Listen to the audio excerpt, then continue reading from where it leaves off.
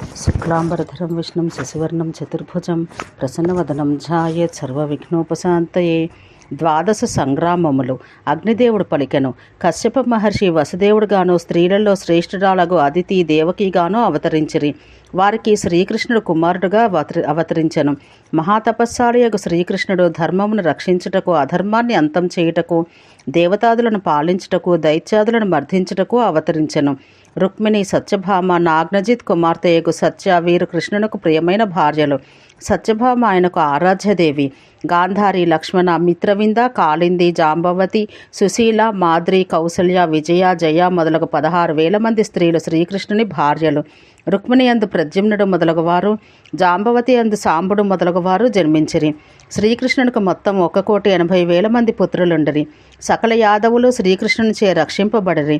ప్రద్యుమ్నునికి విదర్భ రాజకుమారి యందు యుద్ధప్రియుడగు అనిరుద్ధుడు పుట్టెను. అనిరుద్ధునికి వజ్రాదులు కుమారులుగా పుట్టిరి.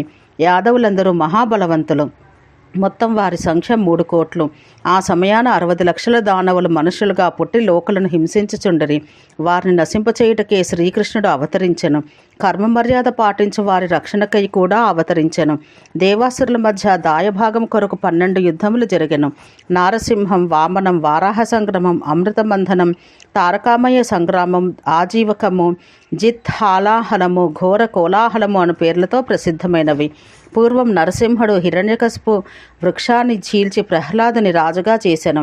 మరలా దేవాసురుల యుద్ధ సమయాన వామనుడుగా అవతరించి కాశ్యప అదితిపుత్రుడై బలిని వంచించి ఇంద్రునికి రాజ్యం ఇచ్చెను. వరాహమూర్తి అయి హిరణ్యాక్షుని చంపి దేవతలను రక్షించి మునిగిపోయిన భూమిని ఉద్ధరించి దేవాదిదేవులచే స్తుతించబడెను.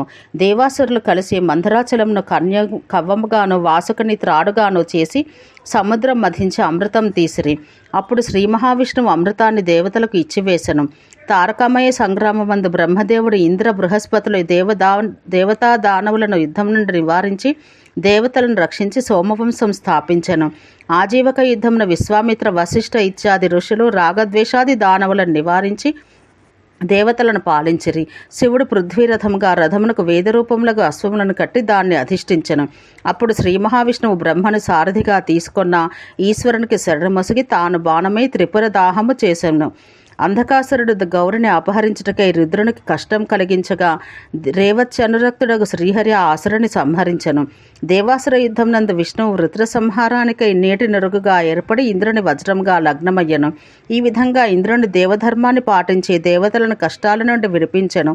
విష్ణువు పరశురామావతారం ధరించి సాల్వాది దానవులను జయించి క్షత్రియులను నశింపచేసి దేవతాదులను రక్షించెను. మధుసూదనుడు హాలాహల విషరూపంలో ఆవిర్భవించిన దైత్యుని శంకరునిచే నశింపచేసి దేవతా భయాన్ని శమింపచేసెను.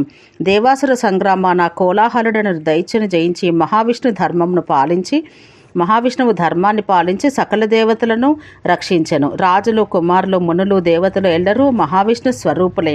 నేను ఇక్కడ పేర్లు చెప్పిన వారును చెప్పని వారును కూడా మహావిష్ణు అవతారములే.